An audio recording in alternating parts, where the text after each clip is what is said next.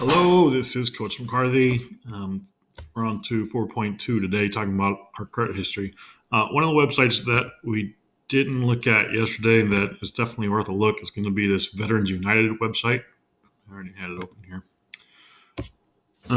Geared more towards veterans that are applying for VA loans, and we talked about VA and FHA and all those other types of loans. But it does a good job of talking about what your credit report is, why it's important, what it is, how it's determined. What kind of credit do you need? How to boost your credit score? So some really good information on this one. A lot of this we've already gone through. One of the things that we didn't really talk about a whole lot, and we might have touched on it, there are the three big ones that determine your credit, and that's going to be Experian, TransUnion, and Equifax. They all have their own formula for how your score is determined, and they don't exactly publicize that. So I don't know if anybody knows the exact formula for how that goes, but it is based on what we call that FICO score, and it is 3 digits. We talked about being low, 300, and upwards of 800 is a good one. So it is a lot about your payment history, any amounts that you have outstanding that you owe, how long you've had your credit for. So longer accounts are going to bump it up a little bit, types of credit that you have, and any new credit. So if you've had new people looking at your credit score, it can actually go on your credit report. So I don't know that these numbers are exact. I'd say these are going to be real close, but everybody has a little bit different percentage for how they're going to make up your formula. So today we're talking about validating your credit history. We don't need this one.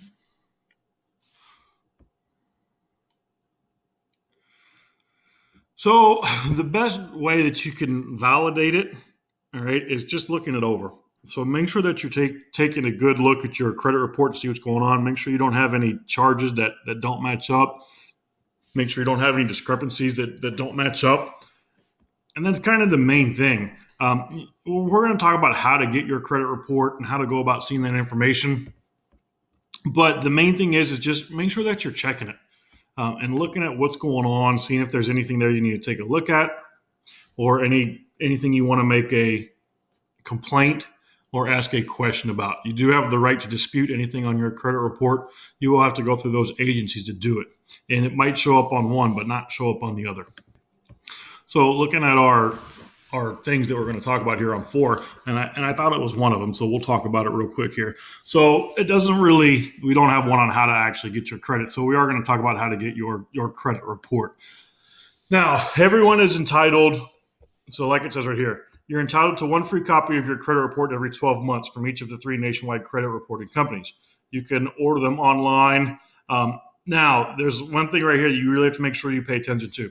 The only use authorized websites for your credit report.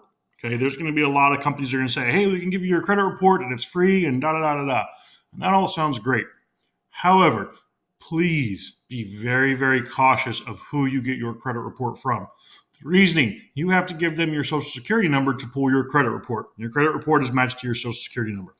If you give away your social security number to someone that's unscrupulous about it, they can do a lot of bad things. They can take out credit in your name. It just can get very, very bad.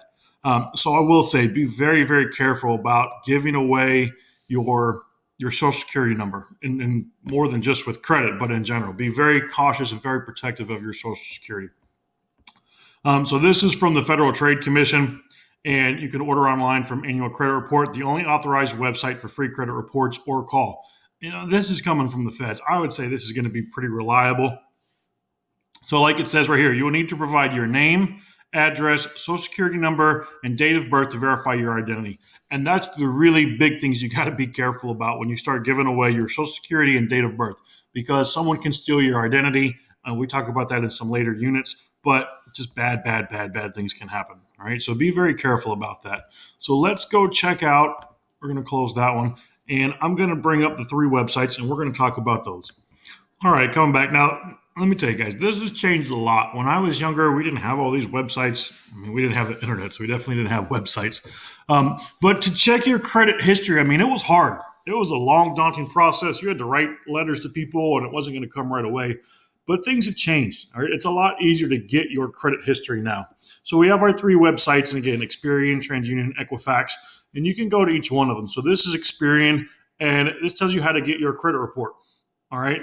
And you can get your credit. You can take a look at it and see if you've got anything on there. I'm not going to go through the process with you. You're going to have to provide some information, and I'm going to keep my information to me right now. So it kind of tells you a little about what the model they use, how to get it, the factors that impact it, like we've talked about. You can see your latest credit information.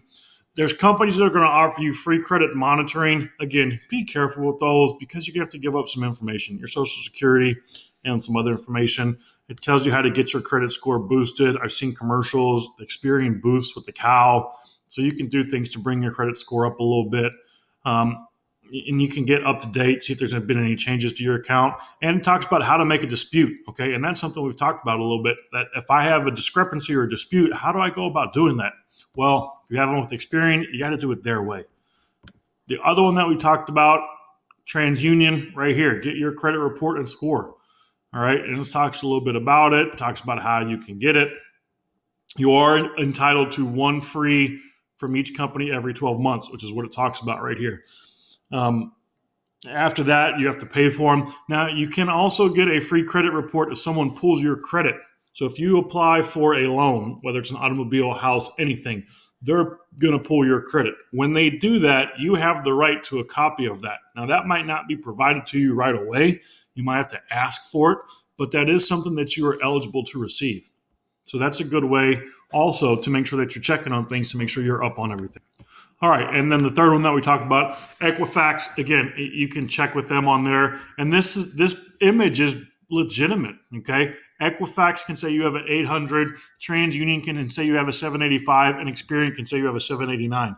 They're all looking at the same information, but since their formula is just a little bit different, you can have a different score from all of them. So when you go to take out a loan, they're going to pick and choose which one of these three they want to use, and everybody's going to be a little bit different. They might tell you ahead of time, hey, we're going to go with this one.